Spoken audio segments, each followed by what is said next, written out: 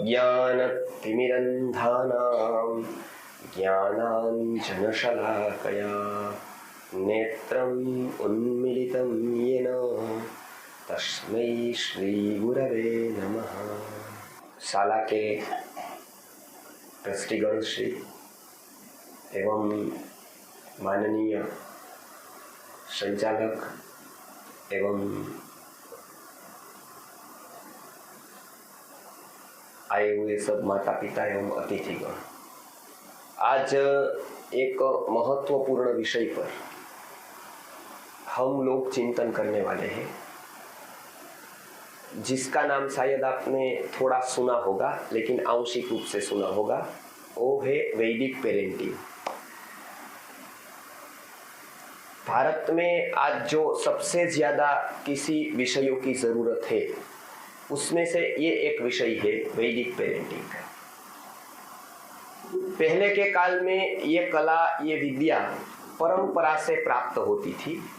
जैसे हम रोटी बनाना सीखते हैं तो रोटी बनाने की कोई यूनिवर्सिटी, कोई कॉलेज अभी तक तो नहीं है।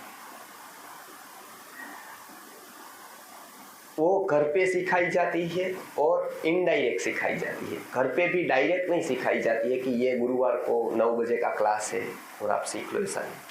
वो एक जीवन से सिखाया जाता है और जो जीवन से सिखाया जाता है वो सबसे ज्यादा प्रभावी होता है, जो सहज सिखाया जाता है। भारत में ये शिक्षा, ये संस्कार बचपन से ही बच्चे को दिए जाते थे और इसलिए विश्व को बर्नार्ड शॉ ने यहाँ का भारतीय संस्कृति का अध्ययन करके, भारत का प्रवास करके बताया कि विश्व को भारत के पास जो देनी जैसी बहुत चीजें हैं ऐसे तो, लेकिन समाजाभिमुख, समाज उपयोगी और व्यक्ति को उन्नत करे ऐसी कोई एक वस्तु है तो वो परिवार व्यवस्था है। और आपको जानकर आश्चर्य होगा और आप अनुभव भी कर रहे होंगे कि व्यक्ति के पास अरबों खरबों रुपया हो, उसके पास प्रधानमंत्री जैसा पद हो, लेकिन यदि वो घर से नाराज हो, घर पे यदि उसके संबंध ठीक न हो, तो ये सारी चीजें उसको सुख नहीं दे पाती। इसलिए अरबोपति आज आत्महत्या कर रहे हैं घर से कंटाल करके, और ऐसा कुछ भी उसके पास न हो, लेकिन एक परिवार उसका स्वस्थ हो शारीरिक मानसिक रूप से, तो वो उसको स्वर्ग का आनंद दे सकता है। ये जो सत्य है अनादिकालीन, ये सत्य ऋषि मुनियों ने गहराई से जाना, इसलिए उन्होंने परिवार व्यवस्था की स्थापना की। उन्होंने जाना कि परिवार के बिना व्यक्ति एकांगी है, परिवार के बिना अपूर्ण है, अधूरा है, और इसके लिए उन्होंने परिवार व्यवस्था की स्थापना की। पूरे विश्व में आज परिवार व्यवस्था हमारी फैल गई। आप देखिए, वो आंशिक रूप से विवाह तक ही फैली, फैमिली नहीं हुआ। हमारी जो परंपरा शादी की ब्याह की थी कि एक पत्नी व्रत, एक पति व्रत, एक व्यक्ति एक के साथ रहे, वो पूरे विश्व में भारत ने दिया। पहले वहां ऐसा कुछ था ही नहीं, इसलिए बहुत संघर्ष था, लड़ाइयाँ थी, झगड़े थे और कोई एक रूप नहीं था और समाज स्वस्थ नहीं था।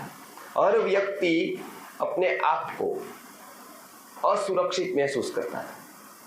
तो ये व्यवस्था आई, तब से सुरक्षा आई, तब से सारी सभ्यताओं की शुरुआत वहां से हुई। बच्चे को पालना, बड़ा करना, वो सब। तो ऋषि मुनियों ने ये जो परिवार व्यवस्था दी पूरे विश्व को, पूरे विश्व में आंशिक रूप से स्वीकार हुआ, पूर्ण तक नहीं कर पाए। वो लोग अभी हमारे जैसी फैमिली लाइफ बना नहीं पाए। आज इतने विकसित होने पर, इतना संसाधन होने पर भी वहां का परिवार जैसा है ही नहीं कुछ, वो यहाँ ही है। मैं तो गया हूँ, अभी सिंगापुर में मेरा कार्यक्रम था, अनेक जगह पर होते रहते हैं, तो मैं देखता हूँ कि वहां पर क्या मिसिंग है, और वो परिस्थिति आज यहाँ पर भी आने लगी। नेशनल क्राइम रिकॉर्ड ब्यूरो नाम की एक संस्था है, वो पूरे भारत का सर्वेक्षण कराती है और उसके जो स्टैटिस्टिक्स है वो बहुत प्रामाणिक होते हैं। DNA, जी न्यूज़ या तो फिर ब्लैक एंड व्हाइट जैसे बहुत सारे शो जो होते हैं न्यूज़ के, वो उसके बार बार उनके आंकड़ों का उपयोग करके बताते रहते हैं, क्योंकि वो बहुत आंकड़े प्रामाणिक होते हैं, बहुत सर्वे उनका प्रामाणिक माना जाता है। उन्होंने 2018 में सर्वे कराया था भारत की परिवार व्यवस्था का, कि भारत में लोग कैसे जी रहे हैं।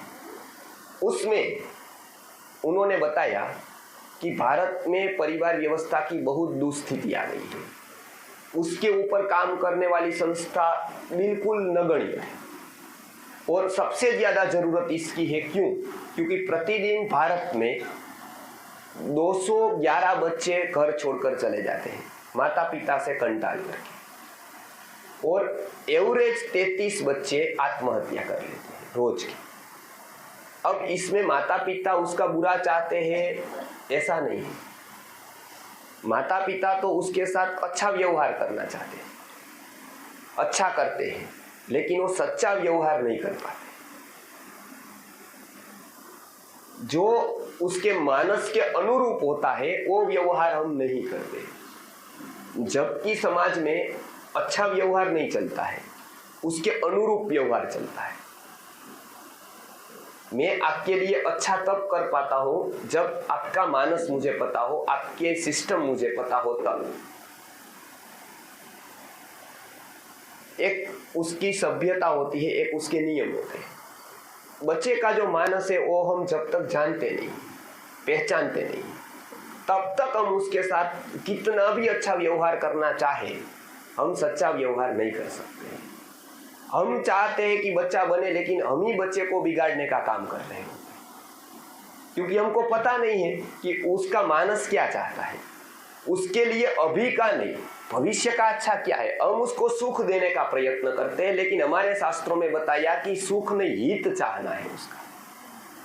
सुख है वो टेम्पररी है और हित परमानेंट है। मानो बच्चे को बुखार आ गया, बहुत बुखार है, आपने घर पे उसी दिन श्रीखंड बनाया है, आप बनाते होंगे, हमारे काठिया सौराष्ट्र में बहुत बनाते हैं। उस दिन श्रीखंड बनाया है दही का, बच्चे को बुखार है 102। अब बच्चा रोता है कि मुझे श्रीखंड खिलाओ, श्रीखंड खिलाओ। उस अवस्था में बच्चा चाहता है, बच्चा श्रीखंड के लिए रोता है, बराबर है। घर में जो हमारे काम वाली बाई आती है वो भी बताती है कि बेचारा रो रहा है, दे दो उसको, बराबर। वो दया कर रही है और आप मना कर रहे हो, या आप समझू हो तो, आप समझदार हो तब आप मना कर रहे हो। आपको क्या करना चाहिए? उसको देना चाहिए श्रीखंड। सुख चाहते हो तो देना चाहिए, अभी वो सुखी हो जाएगा, खाएगा तो बोलेगा कि मैं अच्छा किया। लेकिन आप उसका हित चाहते हो, टेम्पररी नहीं चाहते हो उसका सुख, परमानेंट सुख चाहते हो। परमानेंट सुख अर्थात हित। माता पिता तब सच्चे माता पिता बन पाते जब वो बच्चों का हित चाहते हैं। अब ये शरीर के स्तर का सब पता है उसको, इसलिए वो नहीं देंगे, लेकिन मन के स्तर का कुछ पता नहीं है, इसके लिए वो ऐसी बातें करते रहेंगे जो बच्चों के मन को नुकसान करती है। और शरीर से कई गुना ज्यादा नुकसान मन के स्तर पर होता है, क्योंकि वो पूरे जीवन पर इफेक्ट करता है। हमारे जो सोशल वातावरण है, जो सोशल एनवायरनमेंट है, वो हमारे बच्चों पर, हमारे ऊपर निरंतर इफेक्ट करता रहता है। उसका पता हमको नहीं चलता है, क्योंकि वो पूरा माइंड का गेम है।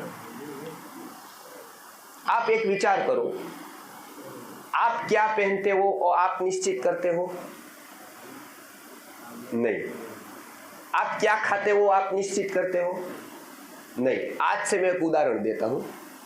आज से 5 साल पहले, 10 साल पहले मैंने किसी कॉलेजियन लड़के को बताया होता कि ये फटा जीन्स दिया होता उसको, यहां से और यहां से, दोनों जगह से, और बताया होता कि 1000 रुपया मैं तुझे दूंगा, तू ये कॉलेज में पहन कर जा, तू जो कॉलेज में रोज जाता है ये पहन कर जा एक दिन। बोलो वो जाता कि नहीं? नहीं जाता, नहीं जाता ना। ये बराबर आप बोल रहे हैं ना, क्योंकि आप थोड़े मानस शास्त्र को ऐसे ऑब्जर्वेशन करते हैं समाज का। वो नहीं जाता। आज वो 1000 का खरीद कर जा रहा है पहनकर, बराबर। क्या पहनना है वो निश्चित नहीं करता है, कोई और करता है। आपको क्या पहनाना है वो और कोई निश्चित करता है, आपको क्या खिलाना है और कोई निश्चित करता है। और जब तक ऐसा रहेगा हम राष्ट्र का निर्माण कभी नहीं कर पाएंगे। हम कितना भी कर ले, हमारा हार्ड वर्क होगा, स्मार्ट वर्क नहीं होगा। ये यहाँ का है, पूरे ये समझना पड़ेगा बच्चे का कि उसको क्या हम विकसित करने के लिए करें। उसके लिए भारत में उपनिषदों में खास करके आप पढ़िएगा कभी उपनिषद, तैत्तरीय उपनिषद नाम का एक उपनिषद है, उसमें पंचकोश की बात की गई है, पंचकोश विकास की। जब तक हम राष्ट्र में ऐसे बच्चे तैयार नहीं करते, ऐसा शिक्षण नहीं देते जो वास्तविक जीवन का शिक्षण है। हम स्कूल का तो शिक्षण देते हैं, स्कूल बहुत अच्छा कार्य कर रहे हैं कि ये हमारा शिक्षण यहाँ भारत को आगे बढ़ा रहा है। उसके साथ एक और ऐड करते हैं, वो है संस्कार का शिक्षण। जो कर्तव्य हमारा माता पिताओं का है और उनको प्रेरित करना संचालक श्री का, स्कूलों का कर्तव्य है और हमारी संस्थाओं का कर्तव्य है, आपको प्रेरणा देना। वो काम स्कूल में नहीं हो सकता। क्यों? क्योंकि स्कूल में घंटे 4 या 5 घंटे होते हैं स्कूल के क्लास, उसमें उसको बहुत कुछ पढ़ाना लिखाना विषय का होता है, इसलिए वो तो उसका फिक्स दायित्व है। वो नहीं करे तो आप उसको शिकायत करते हैं। इसके लिए वो दूसरा उसके हाथ बांध दिए हैं और आपने ड्राइव करने दिया है मोटे को, क्योंकि वो डांट नहीं सकते हैं, अभी के काल में बहुत मार नहीं सकते हैं। हम ही सर से बात हो रही थी, पहले के काल में उसको अनुशासन करने के लिए माता पिता बोलते थे, बराबर, क्योंकि वो खुद जानते थे कि हमारा बेटा नंग है, तो उसको अच्छी तरह से हीरा बनाओ, तो बना पाता था गुरु। अब तो उसके पास हथौड़ी नहीं है, उसके पास कोई साधन नहीं है, और बताते हैं कि अब आप हीरा बना दो, उसका मूर्ति बना दो। कैसे बना पाएगा वो? उसके पास कोई अभी एक ही नहीं, सारे एक्ट उसके विरोध में है। चाइल्ड प्रोटेक्शन एक्ट है वो उसके विरोध में है, बराबर। तो अब आपकी जिम्मेदारी है पूरी, अब प्रेरणा देना हमारा कर्तव्य है, करना आपको है घर पे, क्योंकि घर वो संस्कार की शाला है और एक माता 100 शिक्षक के बराबर है। अब जो बच्चे को क्या करना है, क्या पढ़ाना, क्या सिखाना, वो तो बात स्कूल में हो ही रही है, लेकिन उसको संस्कार में क्या क्या देना, उसकी आदतों को कैसे सुधारना, उसको मानसिक रूप से विकसित कैसे करना, इसके लिए एक कंसेप्ट है, वो है वैदिक पेरेंटिंग। वो नया नहीं है, ये ऐसा नहीं है कि किसी ने बिल्कुल नया कह दिया, ऐसा नहीं। प्राचीन भारत का पूज्य विश्वनाथ गुरु जी ने अध्ययन किया है, इतिहास का, वेद का, उपनिषद का, संस्कृत में पूरा गहन अध्ययन किया। आयुर्वेद के तो खुद रसवैद्य थे, आयुर्वेद का तो गहन अध्ययन था। मनोविज्ञान की वो स्क्रिप्ट लिखते थे जो पिक्चर में आती है ना, स्क्रिप्ट राइटर जिसको कहते हैं, क्योंकि वो हमारी पूर्तियों में जो आता है पेपर की, वो लंबे लंबे आते हैं लेख, वो लेख के 200 रुपये होते हैं लिखने के, 200, 300, 500 जैसा लेख वो पूरा भर कर लिखते हैं कि इधर ऐसा हुआ, इधर ऐसा। आपके बहनों रेसिपी लिखते, इडली की, डोसा की, कोई कुछ लिखता है, पूरा पेपर भर कर आता है रविवार का, बराबर। वो पूरा का पूरा भरा होता है, उसकी इफेक्ट नहीं होती है। लेकिन कोई एक एडवर्टाइज आती है ना, वो स्क्रिप्ट पर लिखी जाती है, क्योंकि वो सेकेंडों में लिखनी होती है और वो आपको 10 सेकेंड में बता देना है, और उसका इफेक्ट हमारा सबकॉन्शियस पर होता है। इसके लिए वो एड आज तक चलती है, क्योंकि वो मैपिंग करके लिखी जाती है, उसके शब्द शब्द पर ध्यान होता है, क्योंकि शब्द शब्द दिखाने की सेकेंड्स होती है और उसके पैसे होते हैं। ये एक होता है वर्क स्मार्ट, भाई वो स्क्रिप्ट लिखते थे, मनोविज्ञान के पूरे ज्ञाता थे, इसलिए उन्होंने बताया कि बच्चों के मनोविज्ञान के ऊपर आपको ध्यान देना है, और उन्होंने सरलता से 100 सूत्र संस्कृत के लिखे, उनका नाम दिया वैदिक पेरेंटिंग, जो आज के बच्चों की समस्याओं का समाधान करने के लिए बहुत उपयुक्त है, उसका उपयोग करना है। उन्होंने ये साइंटिफिक रूप से समझाया, भावुकता से नहीं कि चलो हम भारतीय है तो हमको संस्कार का ध्यान करना है, संस्कृति के लिए कुछ करना चाहिए, ऐसा नहीं, आपके लिए कुछ करना चाहिए, हमारे बच्चों के लिए कुछ करना चाहिए। संस्कृति के लिए तो हम कभी करेंगे कुछ, अभी तो हमारे लिए तो कम से कम करें कुछ। तो उन्होंने ये दिया। अब उसमें पंचकोश विकास का महत्व है, उसको पहले समझना है कि क्या है। बच्चों में कुछ गलतियां भी है, कुछ उसके दोष भी है, और उसके पास कुछ संभावना है। हम दोनों को नहीं देख पाते, नहीं तो उसकी संभावना देख पाते हैं, नहीं तो उसके दोष देख पाते हैं। ये दोनों में हम अज्ञानी हैं। उसके पास संभावना है, वो संभावना पहले माता पिता गुरु देखते थे। आम में गुठली होती है, आपको पता है ना। वो सामान्य मजदूर को, मूर्ख व्यक्ति को भी बताए कि आम में क्या है, तो बोलेगा कि रस है, और दूसरा क्या है, वो बोलेगा गुठली। समझ आएगा? वो तो मूर्ख व्यक्ति भी कह सकता है कि आम में गुठली है, लेकिन गुठली में आम है वो उसको पता होगा? नहीं होगा ना। और गुठली में एक आम नहीं, एक आम में तो एक ही गुठली होगी, लेकिन एक गुठली में 1,00,000 आम होंगे। वो सीड का जो साइंस जानता है उसको पता होगा कि एक गुठली नहीं है, उसके पास 1,00,000 आम की संभावना पड़ी हुई है। उसको यदि जमीन दी जाए, पानी दिया जाए, तो 1,00,000 आम, 1 करोड़ आम, और 1 करोड़ आम नहीं, करोड़ों आम की संभावना है एक के पास। ये संभावना कोई देख पाता है, सामान्य व्यक्ति नहीं देख पाता है। सामान्य व्यक्ति की ये क्षमता नहीं, माता पिता का भी ये है। कोई कोई बच्चों के पास संभावना होती है अनंत, वो नहीं देख पाते हैं। उसके दोष होते हैं, वो भी नहीं देख पाते हैं, तो उसको कभी भी वो विकसित नहीं कर पाते हैं।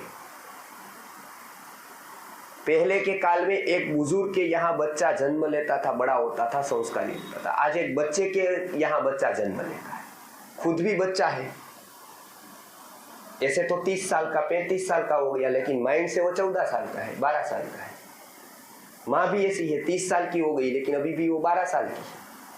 वो भी वही करती है जो 12 साल की लड़की करती है। वो भी ऐसा ही झगड़ा करती है जैसे 12 साल की लड़की करती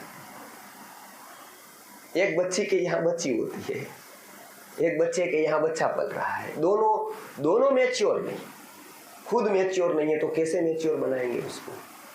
इसके लिए कोई वस्तु में हमको मैच्योरिटी रखनी पड़ेगी, हमको सक्षम होना पड़ेगा। इसके लिए पंचकोश का ज्ञान है, इसके लिए ये विषय समझना है।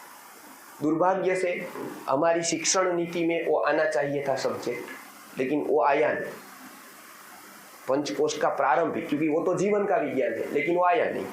तो अब हमारे जैसी सामाजिक संस्थाएं उसको स्कूल के माध्यम से, जो सात्विक स्कूल है, ऐसी अच्छी स्कूल है, वो हमको प्रेरित करती है, हमको सपोर्ट करती है कि आप हमारे स्कूल में आओ, आप ये विषय। तो स्कूल के माध्यम से हम अनेक माता पिता तक पहुंच पाते हैं, आसानी से पहुंच पाते हैं। भारतीय संस्कृति क्या प्रेम है उनको, आपके बच्चों का हित करना है, इसके लिए स्कूल भी निस्वार्थ भाव से इसको प्रमोट करती है। उनका कोई स्वार्थ नहीं इसमें, उनका तो सब बिजली जाएगी, वो जाएगा, पंखा जाएगा, मुझे बुलाया तो आगता स्वागता का समय जाएगा, तो भी आपके बच्चों को संस्कार देने हैं, उसको संस्कृत करना है, उसको कुछ हमारे संस्कार पहुंचे इस तरह का काम करना है। तो ये हमने ये शुरू किया है और इसके बहुत लाभ हुए हैं। अनेक जगह, अनेक प्रदेशों में चलता है। सिंगापुर में हमारे कार्यक्रम अभी हुए, बंगाल में होते हैं, उड़ीसा में होते हैं, कर्नाटक में, सब राज्यों में होते हैं। आज मैं इसकी बात करूंगा, वो बहुत महत्व है साइंस समझने का, वो है पंचकोश का। अब मनुष्य का आप देखें तो कोई भी वस्तु में उदाहरण दूं तो ये लाइट है, ये पंखा है, माइक है, उसमें हम सीधा कांटेक्ट में जो आते हैं, लाइट का, पंखा का, एसी का, माइक का, वो फिजिकल फॉर्म है, बराबर, एक आकार है, उसके हम कांटेक्ट में आते हैं। ये एसी है, ये पंखा है, देख कर बताओगे, घूम नहीं रहा है, कुछ काम नहीं कर रहा है, ऐसे ऐसे है, उसको देख कर आप बताओगे कि ये पंखा है, ये लाइट है, ये माइक है, क्योंकि उसका फॉर्म, उसका आकार हमारे सामने आया, बराबर। वो आकार दिखता है, काम नहीं करता है। काम क्या करती है? उसकी भीतर रही शक्ति।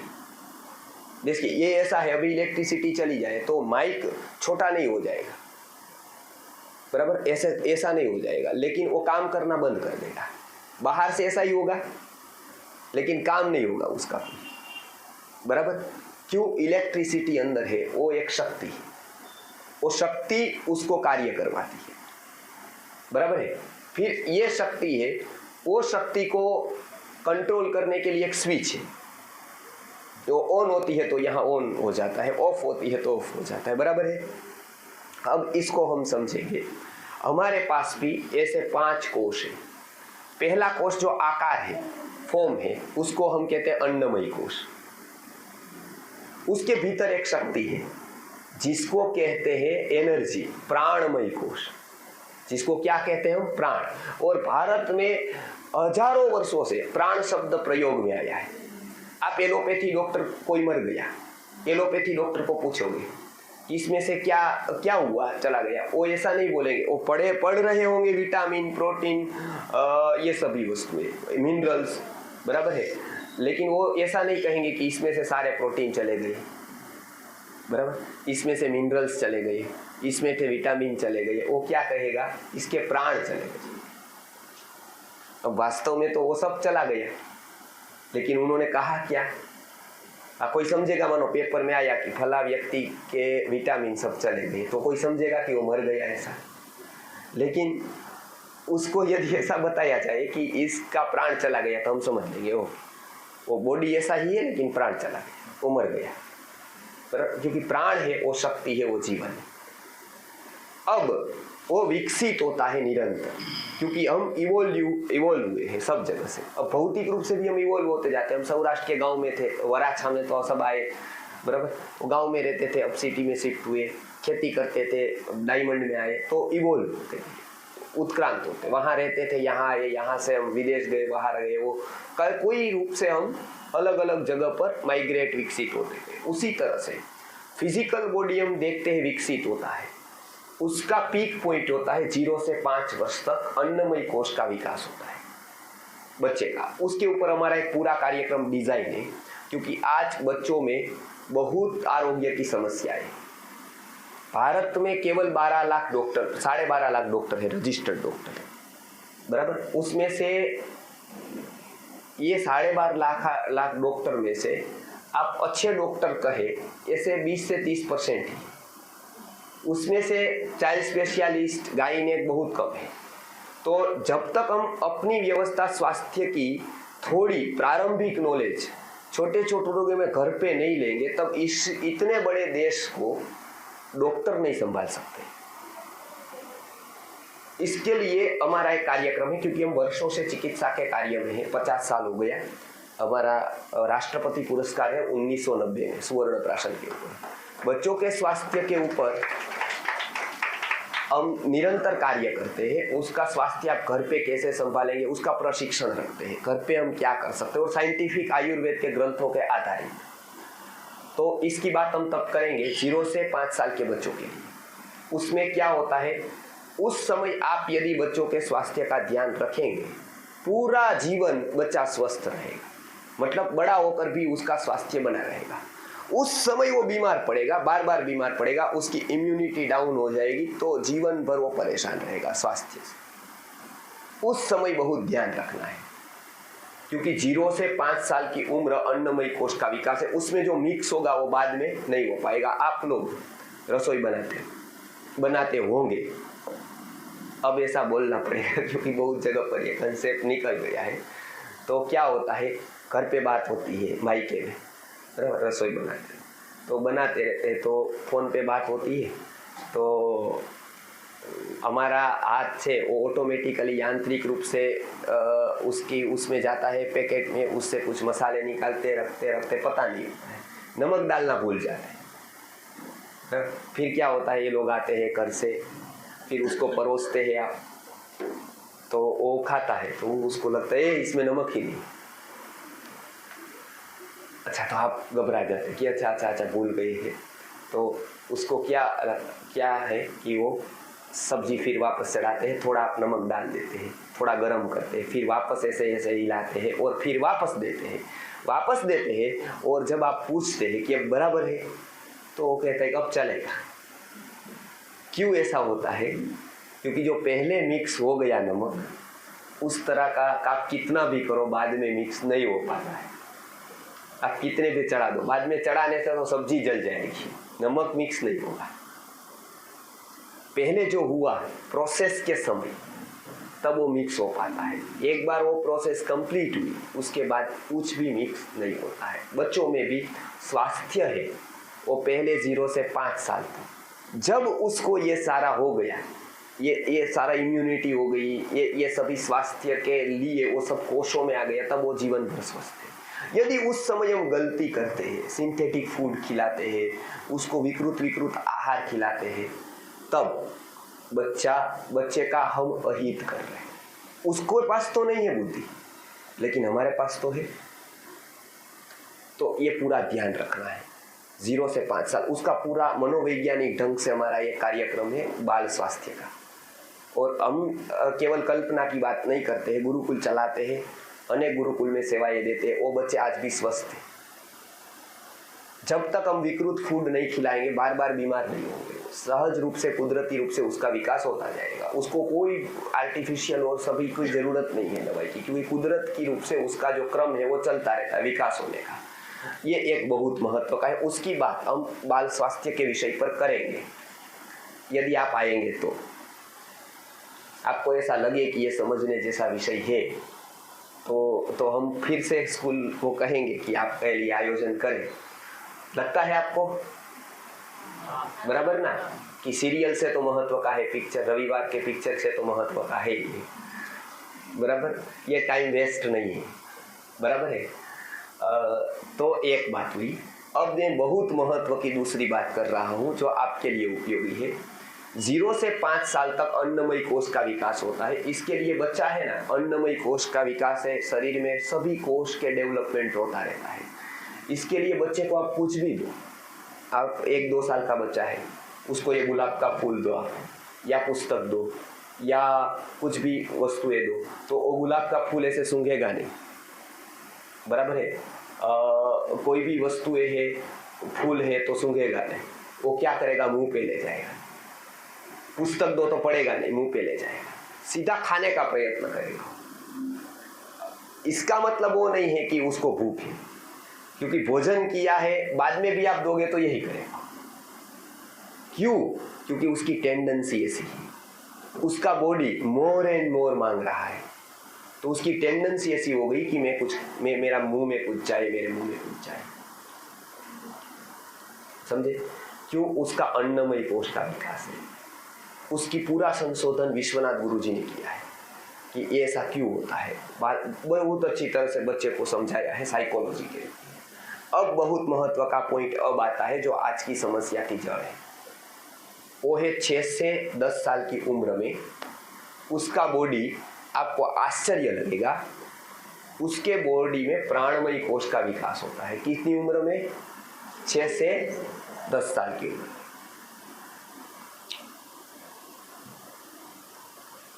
6 से 10 साल की उम्र में उसका बॉडी क्रिया मांगता है, एक्टिविटी मांगता है। वो मांग रहा है कुदरती रूप से, बराबर, कुदरती रूप से वो मांगता है।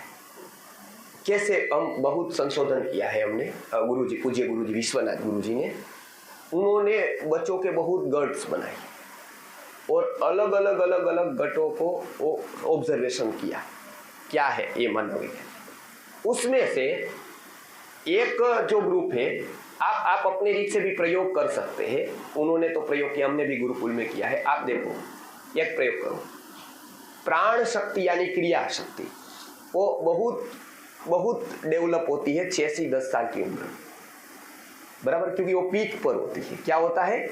पीक पॉइंट पर होती है। आपको भूख कब लगती है? कितने बजे? 12 बजे। 12 यहाँ सूरत में 12 बजे भूख लगती है, बराबर। ये बात सत्य नहीं है। भूख आपको 9 बजे से लगनी शुरू हो जाती है, पीक पॉइंट पर 12 बजे होती है, तब लगती नहीं है, क्योंकि आप 11 बजे भी भोजन करोगे तो 2 रोटी खा पाओगे। तो थी तब थी, पीक पॉइंट पर नहीं थी। पीक पॉइंट पर कब होती है? 12:30 पर, बराबर। जिसको लगती है उसको अब तो भूख लगती ही नहीं लगती, क्योंकि लोग 12:30 बज गए इसलिए भोजन करते हैं।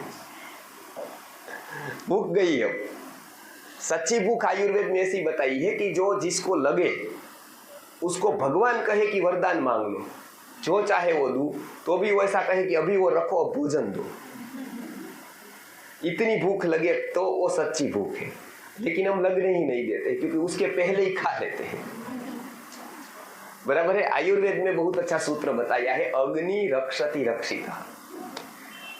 जो अग्नि की रक्षा करता है उसकी रक्षा जीवन भर अग्नि करती, तो बीमार नहीं होगा। हम तो क्या करते, भोजन करके गए, किसी ने कहा लो आइसक्रीम, तो वो भी खाया, बराबर। हम क्या है कि वो आग्रह करते करते वो फिर दूसरी जगह गए, वो लोग ये पेंडा, ये थोड़ा नाश्ता, वो भी ले लेते हैं, तो हमारा मध्य प्रदेश बढ़ता जाता है, बराबर है। ऐसी वस्तुएं होती है, बराबर। तो ये स्वाभाविक है, इसके लिए थोड़ा है। तो ये बात मैं बोल रहा था कि बच्चों को 6 से 10 साल की उम्र में, मैं क्या बात कर रहा था, 6 से 10 साल की उम्र की बात कर रहा था, ये महत्व की ही। उसका 6 से 10 साल की उम्र में प्राणमयी कोश का विकास होता है, क्रिया का विकास होता है, उसका शरीर क्रिया मांगता है। तो हमने प्रयोग किया कि एक गट जो है वो 6 से 10 साल के बच्चे, दूसरा जो ग्रुप है वो 11 से 15 साल के बच्चे, और तीसरा ग्रुप है वो 16 से 20 साल के बच्चे, बराबर। 3 ग्रुप आप याद रखिएगा ये। अब पहला जो 6 से 10 साल के बच्चे हैं ना, आप भी प्रयोग स्कूल में करना, उसको बताया कि उधर गिलास पड़ा है, आप ले आओ, बराबर। तो वो 6 से 10 साल के जो 5 बच्चे बैठे हैं ना, पांचों 5 इतना सुनते ही दौड़े, बराबर। फिर एक जो बहुत दौड़ने वाला होगा वो तुरंत गिलास लेगा और दौड़ता दौड़ता वापस आएगा, और दूसरे 4 भी दौड़ते दौड़ते उसके साथ वापस आएंगे, बराबर है, यही होगा। अब वही बात जब आप 11 से 15 साल के बच्चों को कहेंगे कि वहां गिलास पड़ा है, आप ले आओ, तो वो बोलेगा किसको कहा, तो आप कहेंगे कि संजय या महेश को कहा, तो महेश जाएगा, बराबर, वो लेकर आएगा। वही बात आप 16 से 20 साल के बच्चों को कहोगे कि वहां गिलास पड़ा है, ले आओ, बराबर, तो वो बोलेगा किसको कहा, तो हमने कहा महेश को कहा, तो वो बोलेगा कि मैं भी 3 काम करके बैठा हूं, ये कब का ऐसे ही बैठा है, उसको भेजो। वो हमको क्या करना है वो एडवाइस देगा, बराबर, कि हमको उसके लिए क्या करना है, अच्छा, बराबर, ये होगा।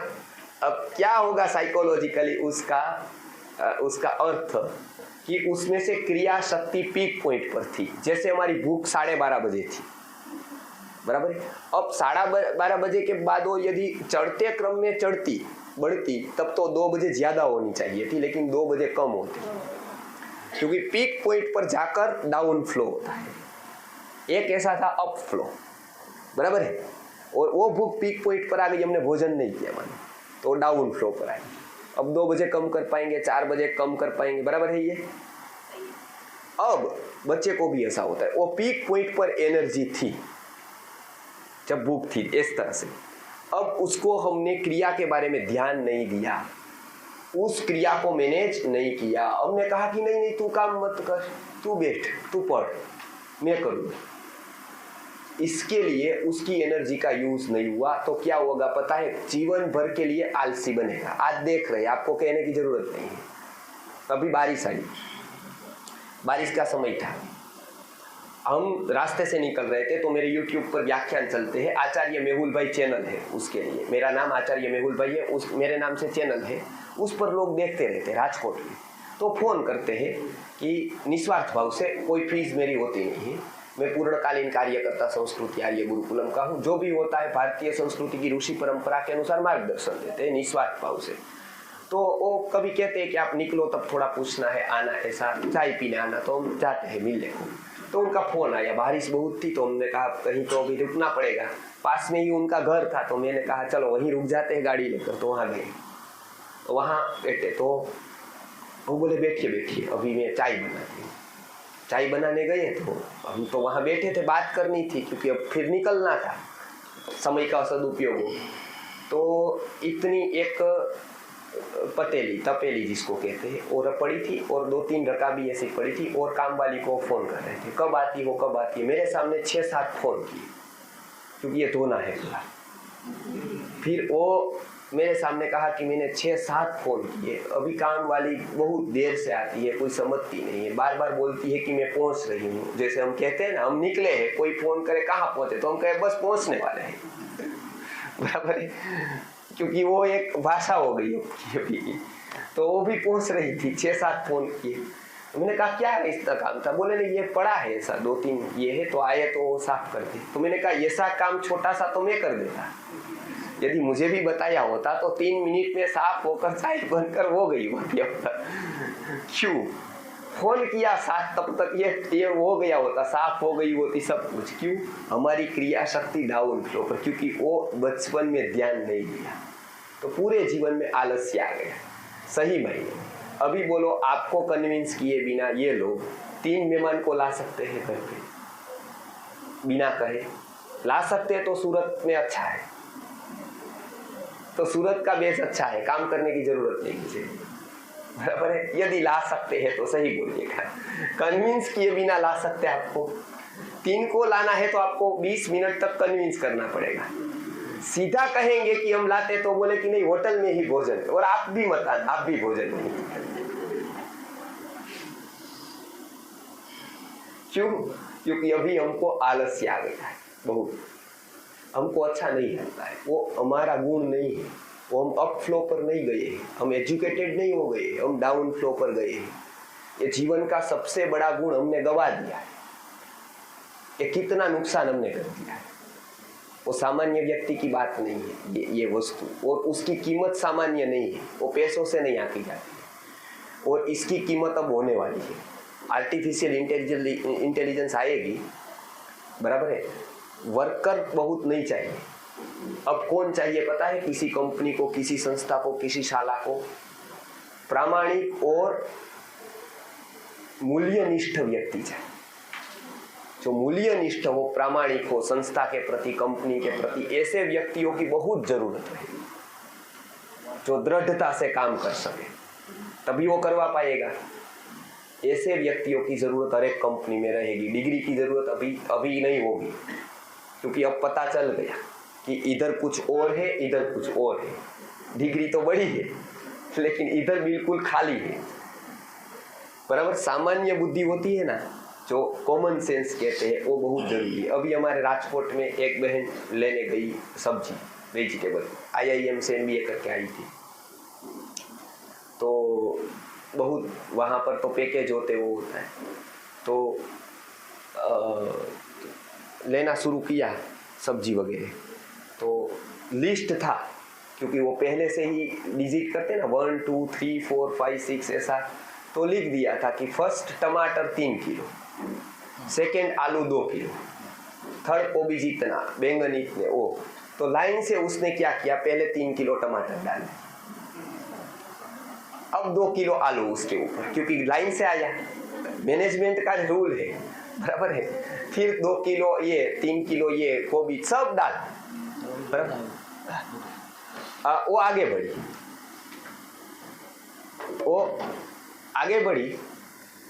तो आगे थोड़ी 4-5 कदम चली, तो ये आगे के जो वो लारी वाला था, उसने बोला कि ओ बहन, आपके थैली में से सॉस निकल रहा है टमाटर का। उसने सोचा कि सॉस तो मैंने लिया ही नहीं है, देखा तो फिर उसने एक व्यंग किया कि आप पड़ी हुई लगती हो, तो MBA हो, तो बराबर है तो बराबर फिर बैठता है मेरा गणित। आप यदि MBA हो,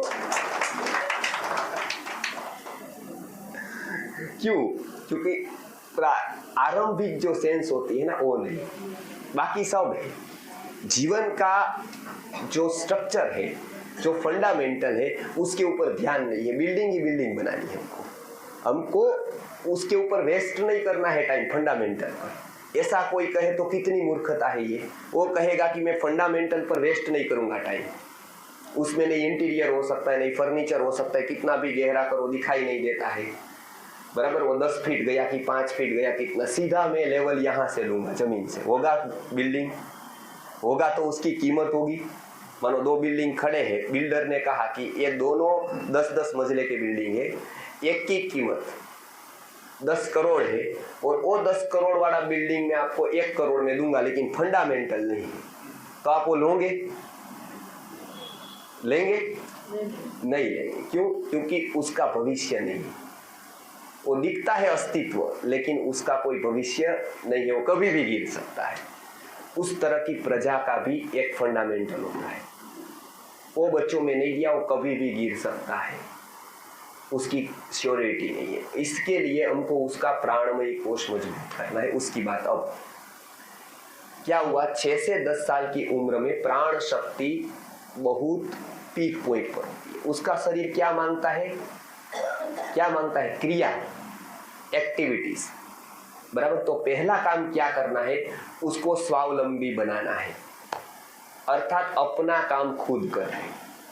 वो एक उसकी क्रिया को आपने काम दिया, उसको एक मैनेज किया, उसको बताना है तेली थाली तू उठा ले। हम क्या कहते हैं, नहीं नहीं तू रहने दे, मैं उठा लूंगा, या काम वाली आएगी, बराबर है। वो उसको कभी भी स्वावलंबी नहीं बना पाएगा। तेरे कपड़े तुझे हाथ से धोने, तेरा काम, तेरी जो बिछाया है बेड, वो तुझे उठाना है, तुझे अच्छा रखना है, वो तेरा। वो छोटे छोटी बातों में क्या होगा, छोटी छोटी बातों में, छोटी छोटी बातों में उसकी एनर्जी मैनेज होगी, नहीं तो मैनेज नहीं हो पाएगी, बराबर है। वो वेस्ट चली जाएगी, बराबर है। इसके लिए ये ध्यान रखना है, स्वावलंबी बनाना है। उसमें कोई गलत बात नहीं, उसमें कोई न्यूनता नहीं। वो जीवन का सबसे बड़ा संस्कार है जो भारत में भी भूल गया है, उसको भुला दिया है। हमारे अपने मन से हम कुछ भी सोच लेते हैं, तो इसके कारण बच्चों में आलस्य आ गया है। 6 से 10 साल की उम्र में स्वावलंबन बहुत जरूरी है, वो उसके प्राणमय कोष का विकास करता है। मैं एक उदाहरण देता हूँ। हमारे गुरुकुल में जो एडमिशन की प्रोसेस है सर, कम विद्यार्थी लेते हैं, पूरे बहुत जगह से आते हैं। वहां पर ऐसा नियम है कि जो बच्चे घर पे कपड़े धोते हो, बर्तन मांजते हो, उसी को लेता है, बराबर। और भी इंटरव्यू होता है, लेकिन मुख्यतः से ये हम देखते हैं कि कितना। अब उसमें पंजाब की लड़की अभी आई थी, ये कार्यकर्ता थे वगैरह, ये बनी हुई घटना गत साल की है, पिछले साल। तो उन्होंने बोला कि पंजाब की लड़की 10 साल की हुई थी, अच्छे घर की। अब क्या हुआ, उसको ले लिया 1 महीने के ट्रायल पर, 2-3 दिन हुआ। तब तो इंटरव्यू में वो बताती थी कि नहीं मैं रह लूंगी, कितनी भी परिस्थिति है। तो क्योंकि वो घर पे पढ़ाया होता है कि ऐसा पूछे तो ऐसा बताना, वैसा पूछे तो वैसा बताना। तो तब तो बड़ी बड़ी बात की, बराबर है। और वहां पर आई। अब क्या हुआ, 2-3 दिन रही, उसके बाद उसका जो गुरुवार का दिन होता है वो कपड़े धोने का होता है, गुरुवार और शनिवार और सोमवार। तो गुरुवार आया तो जो हमारी बहनें हैं उन्होंने उसके 2 जोड़ी जो उसने मेले किए वो कपड़े वो इकट्ठा करके दिया कि ये 2 जोड़ी तेरे कपड़े हैं। बोले हाँ, वो तुझे आज धोने हैं 9 बजे। बोले ठीक। कपड़े लेकर गई, वहाँ पर बच्चे वहाँ धोते हैं, कोई वहाँ 4-5 जगह है, वहाँ पर वो गई। एक तरफ तो नल खोला, नल से पानी की धार बही और आंख में से आंसू की धार बही। तो लड़कों ने देखा, छोटे छोटे 8 साल के लड़कों ने, कि वो तो रो रही है, और इतनी रोए। तो वो मुझे कहने आया, क्योंकि मैं वहीं था, 15 दिन वहाँ रहता हूँ, 15 दिन प्रवास होता है अलग अलग शहरों में प्रचार के लिए। तो बोला कि ये रो रही है। तो हमारे यहाँ तो कुछ रैगिंग नहीं होता है, कोई डांटता नहीं है, मारने की मना है, कोई व्यक्ति किसी को छूता नहीं, मारता, ऐसा सब नियम है। तो मैंने कहा तुझे किसी ने डांटा? बोले नहीं। किसी ने मारा? बोले नहीं। कुछ कहा? बोले नहीं। तो क्या हुआ? बोले इतने बुरे दिन मैंने जिंदगी में कभी नहीं देखे थे।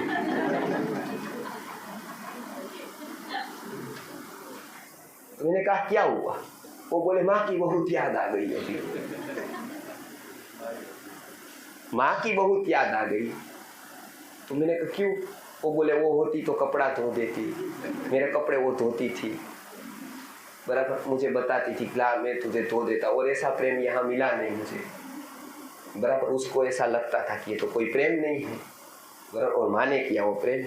मैंने कहा तुझे अच्छी बात के लिए माँ को याद किया होता तब तो मैं भी तुझे अप्रिशिएट करता, बराबर। वो तो आपको पोछा ना लगाना हो जब, और लगाना पड़े पोछा, और तब आप सास को याद करें कि वो रह जाते और 5 साल। ऐसे तो बहुत ऐसे बहुत हमारे का सौराष्ट्र में कहते टक टक करते थे, लेकिन एक अच्छी बात थी, पोछा लगा देते थे।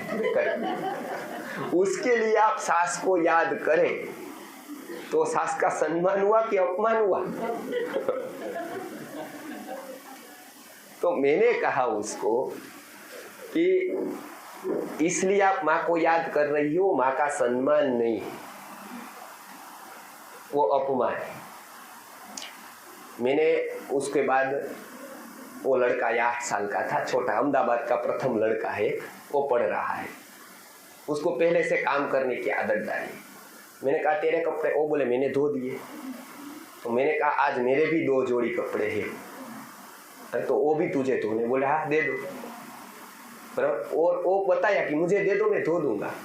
वो खुशी खुशी मैंने वो 2 कपड़े परीक्षा के लिए दिए, वो तैयार भी हो गया, धोना भी चालू कर दिया। उसके घर फोन किया जो बच्ची रो रही थी, उसके माता पिता ने बात क्या हुआ क्या नहीं, ये सब, सुखी घर, बहुत सुखी घर। और हमारे उसको बताया कि हमारे तरफ से वॉशिंग मशीन लिख लो वहां पे, बराबर, हमारे तरफ से लिख लो। तो उसको बताया, जो मैनेजर था उसको, उसने मुझे फोन किया कि ये ऐसा माता पिता बता रहे हैं कि वॉशिंग मशीन हमारे तरफ से लिख लो। तब मैंने कहा ऐसे माता पिता यहाँ होंगे तो कोई कहेगा टीवी मेरे तरफ से लिख लो, कोई कहेगा वीडियो हमारे तरफ से, फोन हमारे तरफ से, सबके लिख लो। तब मुझे बाहर ही आना पड़ेगा, बाद में तो 15 दिन प्रवास से 30 दिन हो जाएगा। इसको ताला लगाना पड़ेगा अब तो। इसके लिए नहीं रखा है कि हमारे पास शक्ति नहीं है, कल आ सकता है, उसमें क्या बड़ी बात है, उसके सिद्धांत के। तो मैंने बताया, वो बोले कि वहां तकलीफ क्या है? मैंने कहा यहाँ तकलीफ नहीं है। वो बोले जो भी तकलीफ है मैं सोल्व करूंगा। मैंने कहा यहाँ की तकलीफ आप क्या सोल्व करोगे? आप अपनी तकलीफ सोल्व करोगे। तकलीफ आपके यहाँ से है, यहाँ होती तो हम क्या करते हैं, हम समर्थ नहीं है हमारी तकलीफ सोल्व करने के लिए। आपकी तकलीफ सोल्व करो। वो बोले क्या तकलीफ? मैंने कहा जो देखो आपका कितना वीक पेरेंटिंग है, एक ही परिस्थिति है, ये 10 साल की लड़की, वो भी लड़की, हम भेदभाव नहीं करते लेकिन तो भी कुछ तो गुण उसमें होने चाहिए। मैं कहा लड़की, ये 8 साल का लड़का, दोनों की परिस्थिति समान, बराबर। ये अपने, इसको दूसरे कपड़े के धोने में भी आनंद, इसको अपने कपड़े धोने में दुख। वो दूसरा का खुशी खुशी कपड़ा में कोई तकलीफ नहीं, इसको अपने 2 जोड़ी कपड़े में दुख होता है। आप क्या लगते हैं किसी को सुखी कर पाएगी जीवन में? इसकी उपलब्धि क्या होगी जीवन में? ये किसी के घर जाकर आपको लगता है कि किसी को सुखी कर पाएगी आपकी ये परवरिश के कारण? आप बहुत गंभीर हो जाओ इस परिस्थिति, नहीं तो इसका कोई भविष्य नहीं है। हमने उसको मुंह पे बता दिया। चार्टर्ड अकाउंटेंट थे बड़ा, उनको मुंह पे बताया, आपने शिक्षण, जीवन का शिक्षण आपने नहीं जाना है, आप गंभीर हो जाओ, ये ऐसी हंसने खेलने की बात नहीं है। और वो गंभीर हो गए। उसने बताया कि नहीं ये हमारी गलती हुई, इस तरह से वो दुखी हो रही है जिसका कोई रीजन ही नहीं। अब अपने कपड़े धोना वो कोई दुख की बात है, 2-4 लोगों का भोजन बनाना कोई दुख की बात है, लेकिन आज हमारे पर पर्वत टूटता है ना, यदि ऐसा हुआ तो, बराबर ना, हमारा घड़तर नहीं हुआ है, हमारा कहीं ना कहीं परवरिश में कमी है। क्यों? क्योंकि पिछली पीढ़ी की पूरी परवरिश टीवी ने की, वहां सास भी कभी बहू थी, वो सब हमने कचरा डाला है यहाँ पर। मुझे मेरा देखना है, ये गलत संस्कार आ गए क्योंकि माइंड ऐसा हो गया। अभी ये शिक्षण की जरूरत है। 6 से 10 साल की उम्र में पहला ये सिखाओ, स्वावलंबन, अपना काम खुद करना। कल से ऐसा तैयार करो तो प्राणमय कोश विकसित होगा, चपल होगा बच्चा, कोई भी काम करने में आलस्य नहीं होगा, बराबर है। हम कभी कभी घर पे जाते आघात लगता है, सब काम पड़ा है और ये टीवी चालू है और बैठे हैं, इधर वो पड़ा है, इधर वो, काम वाली आएगी करेगी, लेकिन आप अपना थोड़ा इस तरफ से तो बिस्तर अच्छा करो, वो भी काम वाली करेगी। तो एक दिन तो आप कहोगे कि वो भी पैर बिछा देगी, मेरे पैर भी ऐसे नहीं करने हैं, ठीक, वो भी काम वाली। कितना अधीन आपका जीवन हो जाएगा, विचार करो। यहाँ से अमेरिका जाते, यूएसए जाते मेरे बहुत सारे लोग संबंधी होते हैं, प्रोग्राम भी सिंगापुर से लेकर अनेक जगह। वो सबसे ज्यादा से ज्यादा दुखी कब होते हैं पता है? ऐसे तो यहाँ सपने देखकर जाते हैं बहुत बड़े, वहां स्वर्ग ही स्वर्ग है, बराबर, क्योंकि यहाँ एडवर्टाइज ऐसी होती है कि वहां तो अच्छी जो बातें अच्छी वो भी दिखाई देते हैं कि ऐसा, तब तो यहाँ ऐसा नहीं, रोड अच्छा नहीं, वो नहीं, सूरत में निकले तो ट्रैफिक, वो सेंस नहीं, ऐसा सब कोई हमारे मन में डालता है। फिर होश से तो वहां जाते हैं लेकिन काम करने की आदत नहीं, और वहां काम वाले मिले नहीं। आपको पता है ना, वो गाड़ी लेकर आए तो वो बताए कि इससे ये मेरे से तो अच्छी इसकी गाड़ी है जो काम वाला आता है उसकी, तो उसका इतना पैसा, तो मिले नहीं, क्राइसिस, तो आज से काम कर, तब याद आती है माँ। तो आप समझ गए ना, तब लगता है असल अमेरिका क्या है, बराबर। वो बोले बाकी सब अच्छा, लेकिन काम करना पड़ता है ना, वहां तकलीफ होती है। तो मैंने कहा वो सीखे नहीं आप यहाँ से, वो तकलीफ वाली बात नहीं है। तो एक समझिए, स्वावलंबन पहला। दूसरा गुण उसमें है ना, सहनशीलता। आज देखो हम सहन करना नहीं सिखाते हैं, हमने सहनशीलता को है ना दुर्गुण मान लिया, दुर्बलता मान लिया कि मैं किसी का सहन क्यों करूं। मानो इन्होंने मुझे कुछ बताया तो मैं ऐसा विचारूं, मैं क्यों सहन करूं इसका। अब सहन करना है ना, वो बहुत बड़े मन की बात है। जो बहुत बड़ा व्यक्ति है ना, वो अनेक लोगों का सहन कर सकता है, बराबर है। और जो छोटा व्यक्ति होता है ना, वो किसी का सहन नहीं कर सकता है, उसका कोई भविष्य नहीं है। जो प्रजा सहनशील नहीं होगी ना, उसका कोई भविष्य ही नहीं है। वो कोई मूल्य दृढ़ता से पालन नहीं करवा पाएगी। परिवार व्यवस्था कभी टिकेगी ही नहीं, सहनशीलता नहीं है। आप सास का नहीं सुनोगे तो नुकसान किसी का नहीं, आपका होगा, आपके घर का होगा। झगड़े किसी और के घर में नहीं, आपके घर में होंगे। पहला नियम हम स्त्री शिक्षा में साइकोलॉजी के आधार पर ये सिखाते हैं हमारे बेचवचियों को कि आपको सहन करके रहना है और यहाँ से जाओ जीवन में, अपने जीवन में सेट हो जाओ। यहाँ साध्वी जी नहीं बनना है, सन्यासिनी नहीं बनना है, आपको गृहस्थी बनना है। जब हम आपकी उम्र हो जाए, आपको हम योग्य रीति से आपको यहाँ से विदाई देंगे, तब आपको अच्छी से अच्छी तरह से, आपके ऊपर कोई शिकायत नहीं होनी चाहिए हमको, नहीं तो ये संस्था का नाम आप खराब करोगे वहां जाकर। ये संस्था की रेप्यूटेशन है 50 साल की, उसमें आप उसको आपको देखकर लगना चाहिए कि नहीं, ये संस्था विश्वनाथ गुरु जी ने जो प्रयत्न किया वो सफल हुआ है, आपको जीवन से दिखाना है। वो हम उसके जो विदाई समारोह होता है उसमें ही बताते हैं। और इतना प्रभाव होता है, अहमदाबाद के एक बहुत बड़े चार्टर्ड अकाउंटेंट, उन्होंने अपने बेटे की शादी करनी थी। हमारे यहाँ से बहुत बहनों का पढ़ाई करके निकली अहमदाबाद में, 5-7 बहनें। उन्होंने बताया देखो मेरा बेटा है, चार्टर्ड अकाउंटेंट है, बहुत अच्छी फर्म है और पूरा सेटअप है, कोई तकलीफ आर्थिक रूप से भी नहीं है, सामाजिक रूप से भी नहीं, संस्कारी व्यसन नहीं है।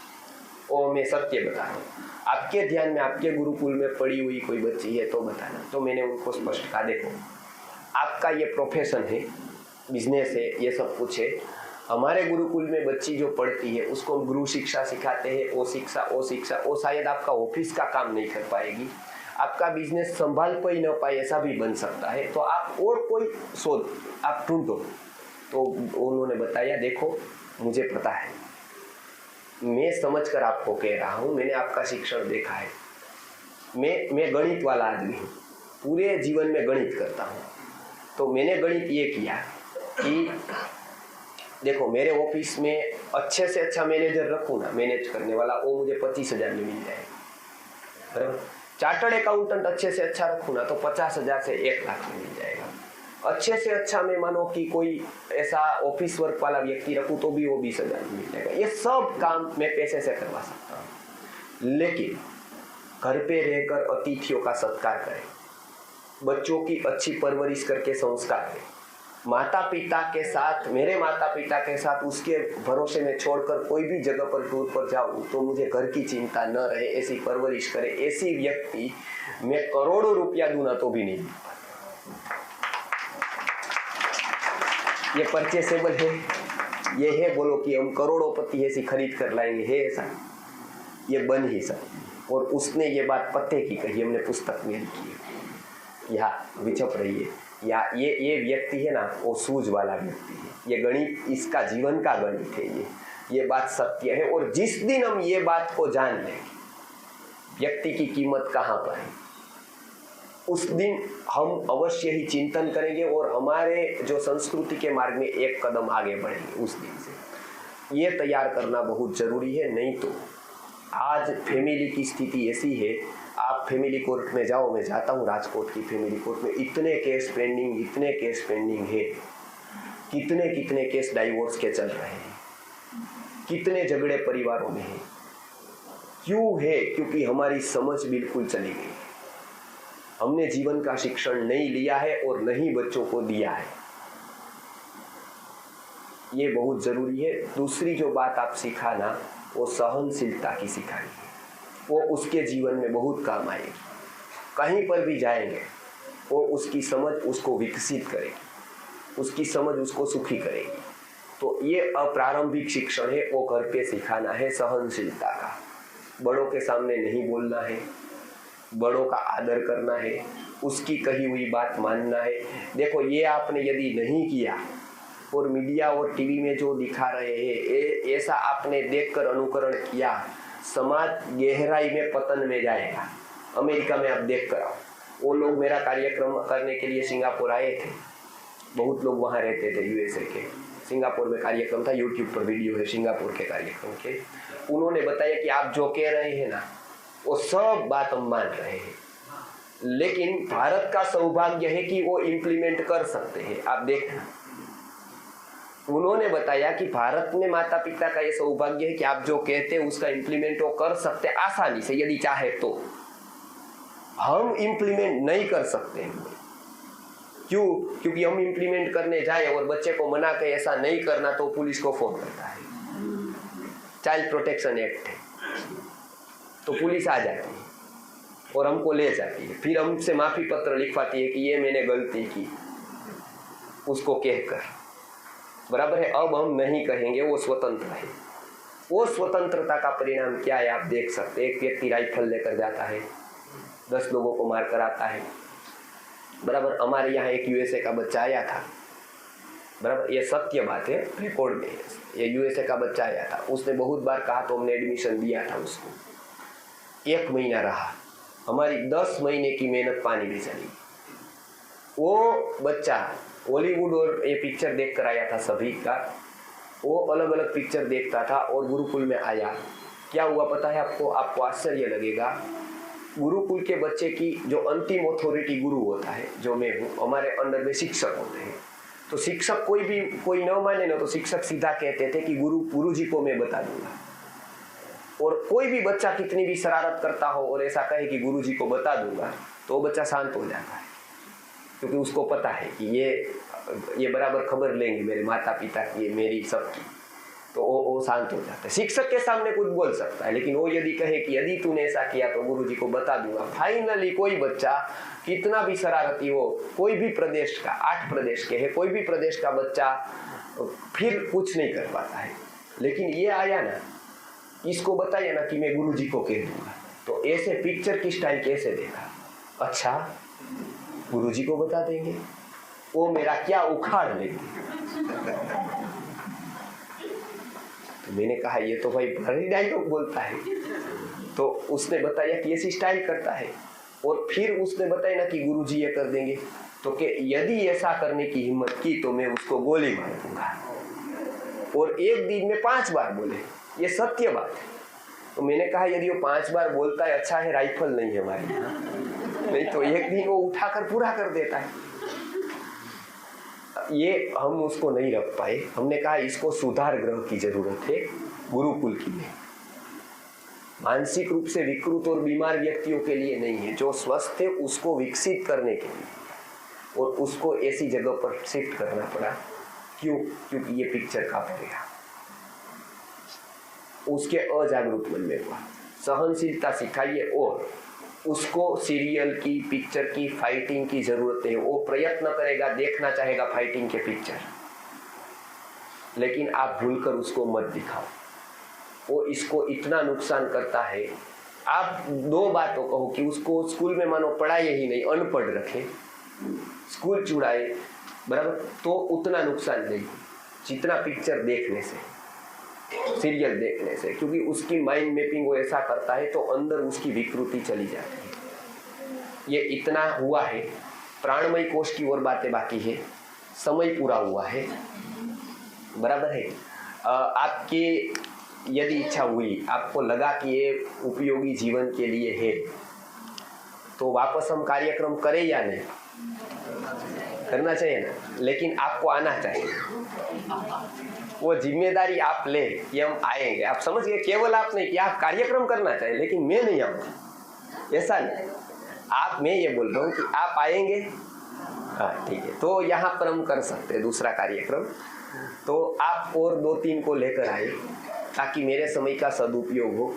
मेरा और कोई स्वार्थ नहीं है, लेकिन आप जो विश्वनाथ गुरु जी की 2-3 बातें उन्होंने 50 साल से मेहनत करके हमको सिखाई है, वो 2-3 बातें आप बच्चों की इम्प्लीमेंट करेंगे। भारत का मनोविज्ञान उन्होंने जीवंत रखा है ऋषि मुनियों का, उसके बारे में हम और शैलेश भाई जैसे लोग कुछ कर पाए, इसके लिए वो हर समय हमारे कार्यकर्ता बिना रात दिन देखे हुए गाड़ियां ले लेकर हमारे प्रवास में होते हैं। अपना घर छोड़कर, अपना जो व्यवसाय वगैरह है उसको भी छोड़कर वो आते हैं, तो उसका सदुपयोग होना चाहिए।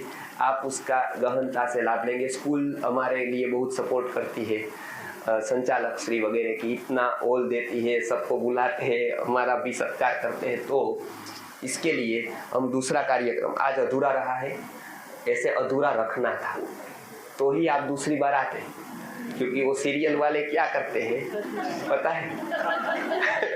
पता है ना आपको? हाँ, तो हम स्क्रिप्ट लिखते थे इसलिए पता है हमको भी। तो वो क्या करते हैं कि वो एक स्त्री है, उसके पीछे 4 रोमियो पड़े दौड़ते हैं, वो आगे दौड़ती है, आगे कुआं आता है, बराबर है? कुछ नहीं है, कुआं आया सीधा ही, बड़ा कुआं है, और यहाँ पर ऐसे ऐसे गई, तब तक नेक्स्ट टोमो वहां पूरी हुई सीरियल, आपके मन में चालू हुई।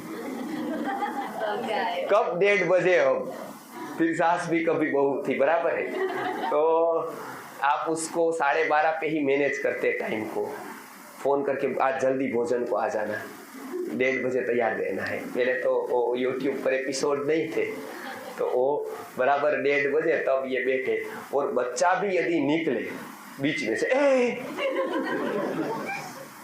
क्योंकि एक क्षण भी उससे वंचित होना नहीं चाहते, बराबर है? इतना रस उसमें है, बराबर है?